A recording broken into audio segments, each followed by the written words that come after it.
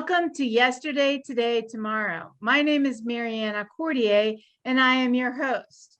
The growth in communities, the purple line, and endangered Maryland plants and insects are the topics of today. And I have the great privilege of having Patricia Hayes Parker, who is the Executive Director of the Central Kenilworth Avenue Revitalization Corridor, or CKAR, as many of you probably know it as, and Michael Ellis. He's with the University of Maryland, Arboretum and Botanical Gardens. All right, Michael, how do you pronounce that? Yeah, it's called the University of Maryland Arboretum and Botanical Gardens. And an arboretum is a collection of trees for the public to enjoy.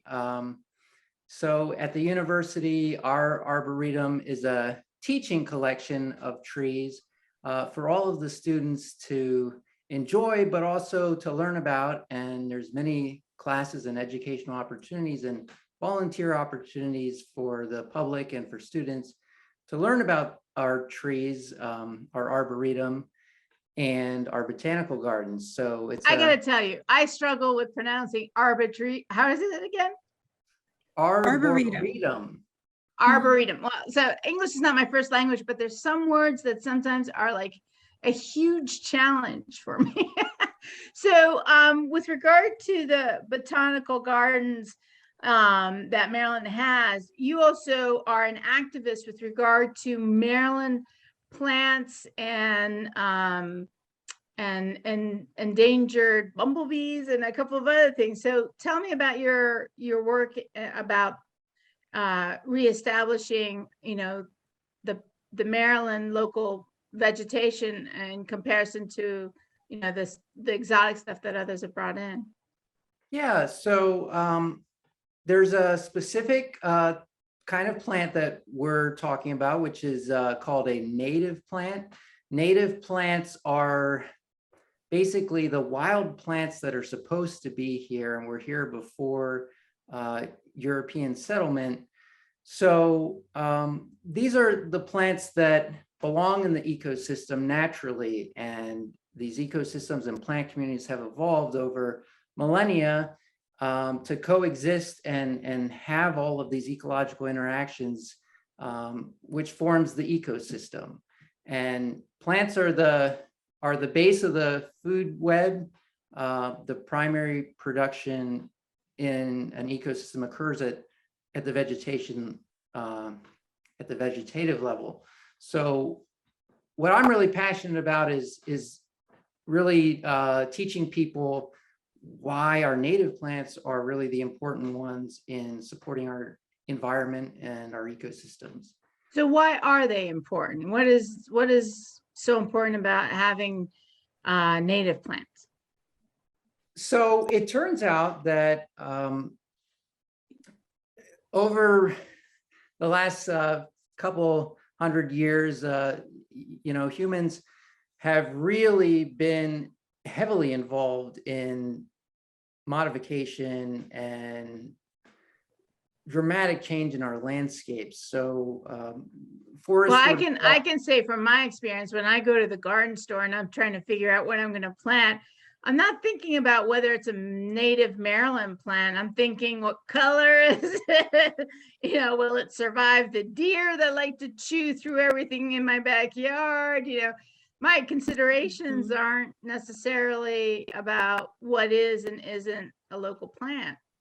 That's right. So most people didn't have a real appreciation or desire for these native plants. So what became of our landscapes were ornamental plants and pretty plants and annuals and evergreen plants and plants that were attractive to us, but also plants that were resilient and easy to take care of and easy to grow. And so are there any plants that are native that fit those categories that we could think as an option?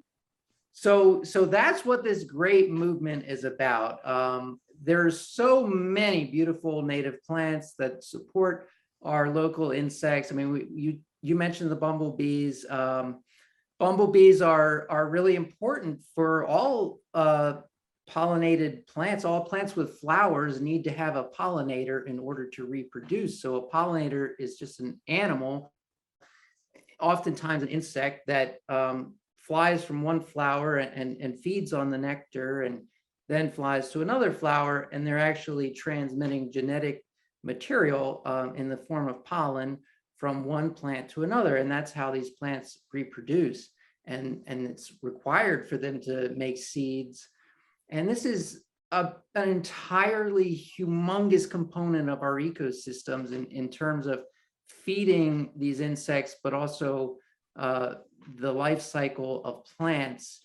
And it's something that there's a whole movement, environmental gardeners and conservationists that are really trying to be quite vocal and elaborating with everyone how important native plants are in this process and supporting all of the local wildlife and species that are. So when supposed we to were be talking earlier, you told me that our bumblebees are actually on the extinction list, right?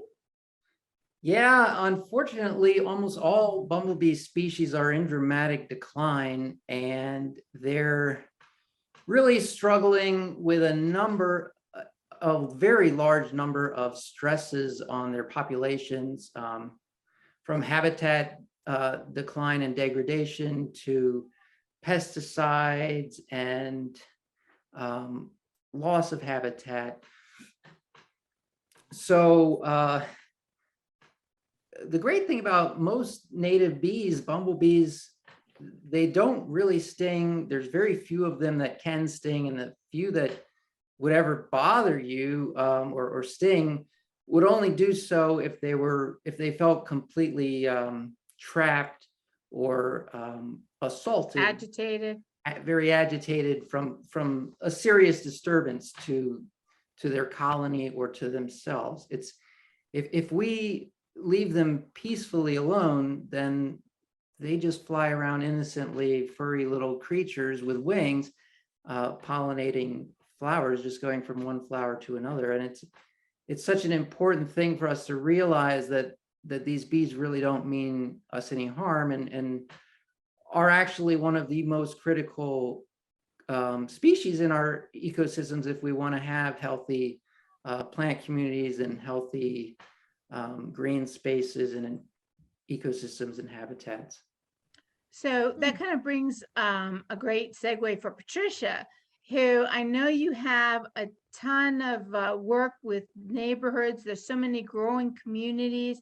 You have a tree planting program. You have so many things that you're doing. I can't do it justice, so I'll let you do it justice. Tell us about your organization, CKAR.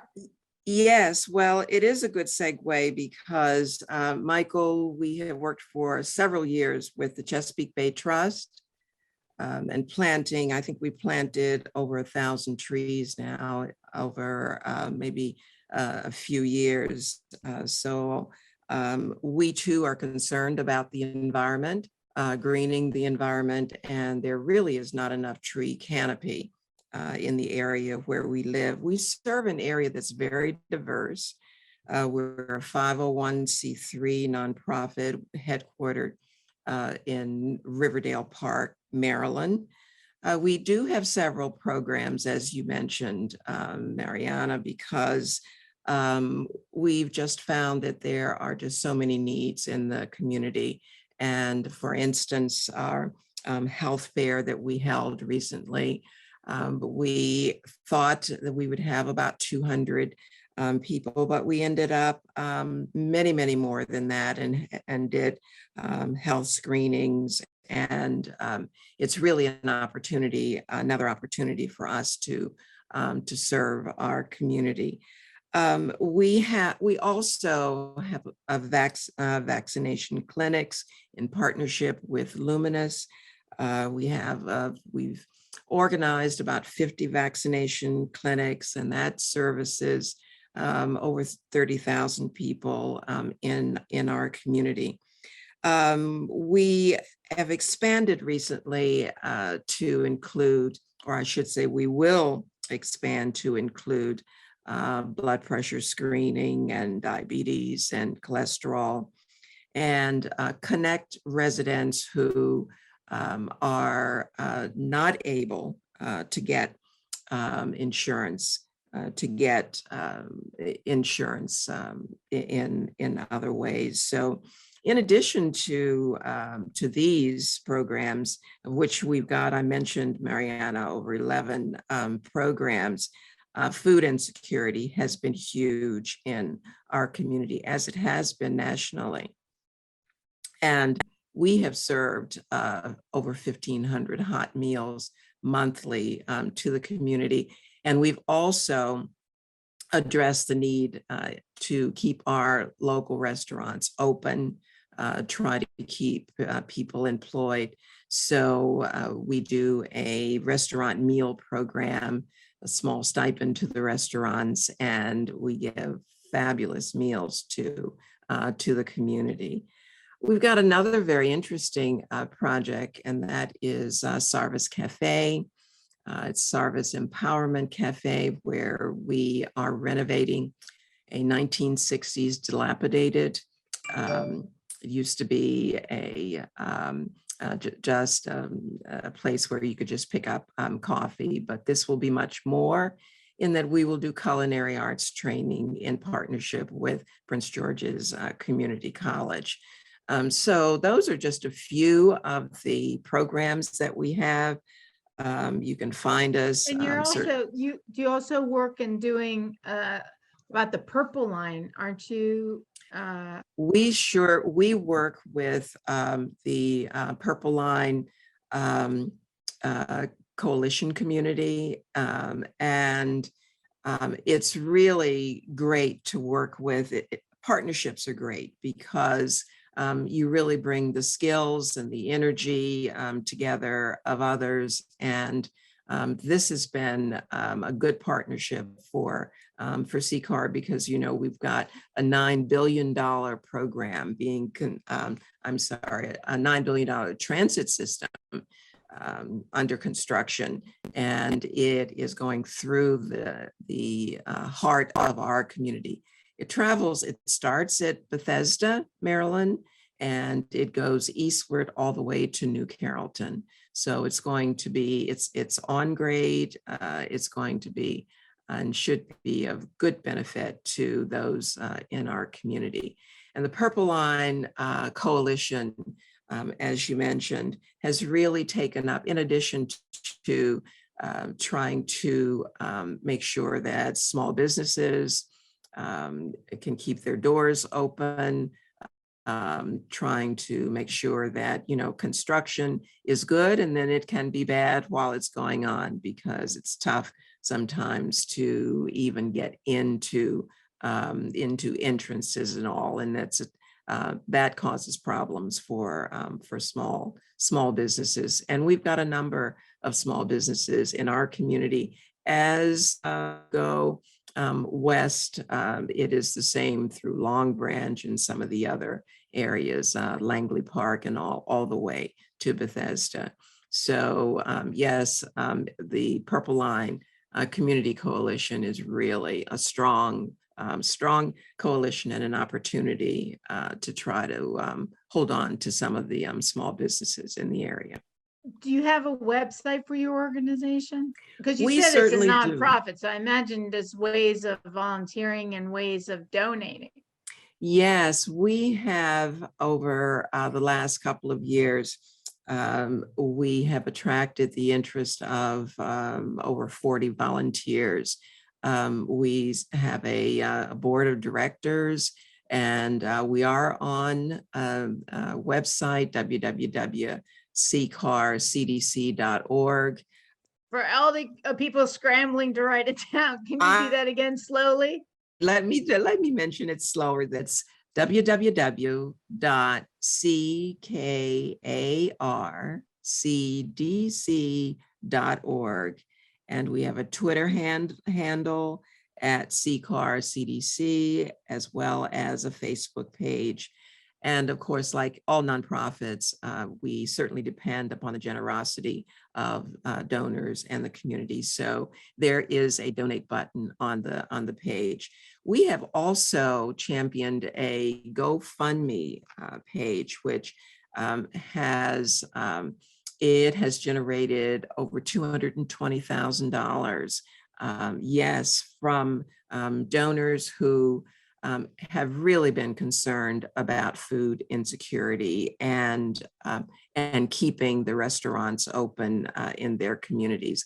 Through that, we have provided over 20,000 meals. So that's also an opportunity. GoFundMe, Greater Riverdale Cares, and Route 1 Communities Care. That's awesome. And Michael, I was going to ask you, you had mentioned in the beginning that there's opportunities for folks to volunteer at the Botanical Gardens and such. So how do people do that? How do they find out how to do that?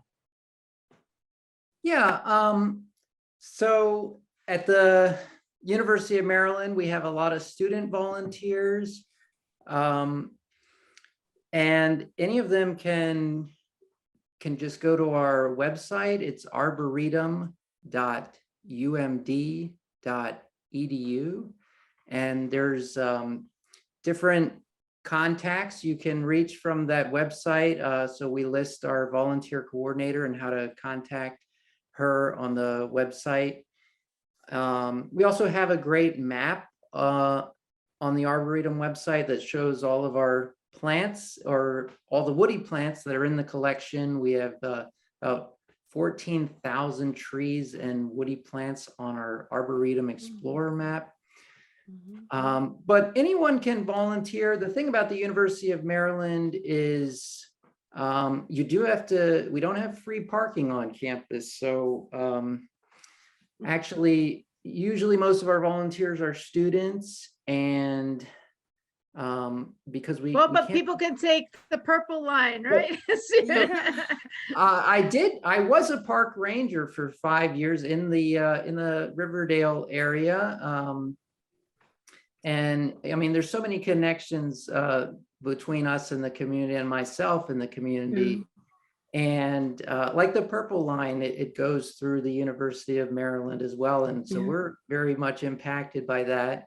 But in terms of let me ask you, if someone is interested to volunteer and for whatever reason they can't go to University of Maryland, and you have the past experience of being a park ranger, what are some of the options for getting more involved and maybe participating in the advocacy of the protection of our vegetation, plants, animal life, and parks? Yeah, so that's what I was about to get into. I got my career started actually just through volunteering in local parks and for local watersheds. When I was a college student, I wanted to get off campus and volunteer outside on environmental issues. So I reached out to the Anacostia Watershed Society. I did a lot of volunteering with them. I even had a couple of internships with them over 2 summers and learned so much from them. And also then I started volunteering in the local parks, Maryland National Capital Park and Planning Commission in Prince George's County, but they have really great opportunities in Montgomery County as well. If you look at stewardship and conservation volunteering through your local park agency, they'll have all kinds of projects like tree plantings, trash cleanups, pollinator plantings like pollinator gardens and pollinator meadows. You can also do invasive plant management. So I was actually for 5 years as a park ranger, I was the coordinator, one of the coordinators for invasive plant management for Prince George's What does County. that mean, invasive plant management? Are we being invaded? Yeah, so invasive plants is a really important topic in parks, but also in all ecosystems and all gardens and all public lands and all landscapes. Invasive plants are plants that they're they're technically invaders. So that means that they don't belong. That means that they're non-native. They're introduced species that have a detrimental effect on either the environment or the economy or our own human health or some other detrimental effect that can be measured and observed. So something like kudzu is a very classic invasive species. That's an invasive plant as well. So all invasive plants are invasive species, and they're all harmful in some way to our landscape. So what you guys would do is get rid of them, eradicate them? Yeah, so when I was a park ranger, invasive plant management coordinator, we had our weed warrior volunteers.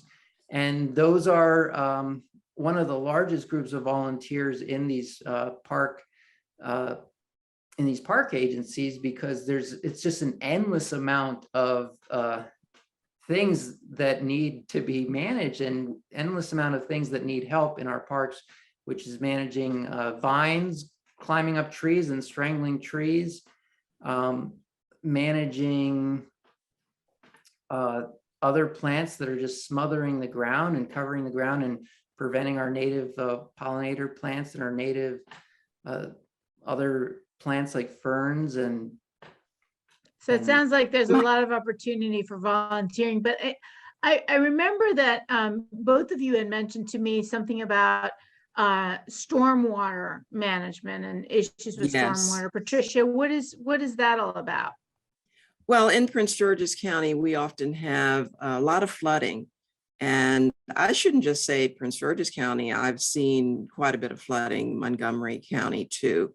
And in many cases, it's because of a lack of stormwater management. So in projects that where we involve, by the way, Michael, students from University of Maryland School of Landscape Architecture and others, we involve the high school students and families come out to help. And they look at and learn best practices in stormwater management. We have a site that we're working on called the Edmondson Road Rain Garden Project, where, Michael, you'll be pleased to know that we have an interpretive sign that addresses bees and pollinators for the little ones who can learn early. So there's a lot of engagement from the university and the students there.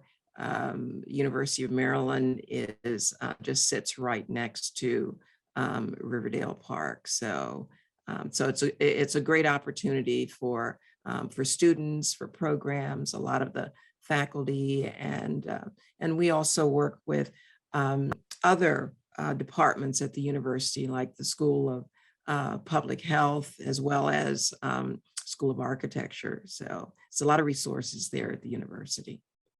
Yeah, it's over the years we've seen more and more flooding occurring, and I think part of it is the infrastructure has not been expanded, but the growth of the people in the area has. So well, there's a lot more of the pervious roads and hard surfaces, and the water just flows over those surfaces. There's very little opportunity for absorption. And that's what you end up getting when you get the flooding in the way that we've experienced it. yeah, no, definitely. Michael, I wanted to ask you, so for people like me who are not exactly horticulturists and don't make sometimes the right decisions for what they're picking for their landscaping, what are some recommendations you would make to someone like me? Yeah, so also tying in with stormwater, I'm a Chesapeake Bay landscape professional, level 2. That's a certification, and I'm a certified professional horticulturalist. So I love Well, giving tell advice me about plants. what you want to say about stormwater management, because that is a big issue. Great. So, I mean, I'm going to give you some plants that are great for stormwater gardens. Like, if you can, so stormwater gardens, the whole point is to try to keep the stormwater from leaving your site, or at least really slow it down and allow it to absorb back into the soil, recharge the groundwater, rather than flowing across the surface and eroding the soils and dumping into the stream immediately. We can really slow this water down and get it into the landscape and get it into the ground. And stormwater gardens, rain gardens and bioretention gardens are designed to do that. And some really great plants that are perfect for that setting, but also perfect to just plant in your yard. All right, so you got about 30 seconds. Give me a couple of plants. Okay, cardinal flower, beautiful red flowers for pollinators, hummingbirds, Joe pieweed, and then common milkweed or butterfly milkweed for your monarch caterpillars and butterflies. Awesome. All right, so you heard it. If you want some monarch butterflies, get some milkweed and put it in your garden. I want to thank my guests for participating in this show, the audience for being awesome and watching. You can catch us on YouTube as well. We are on Facebook, and until next time.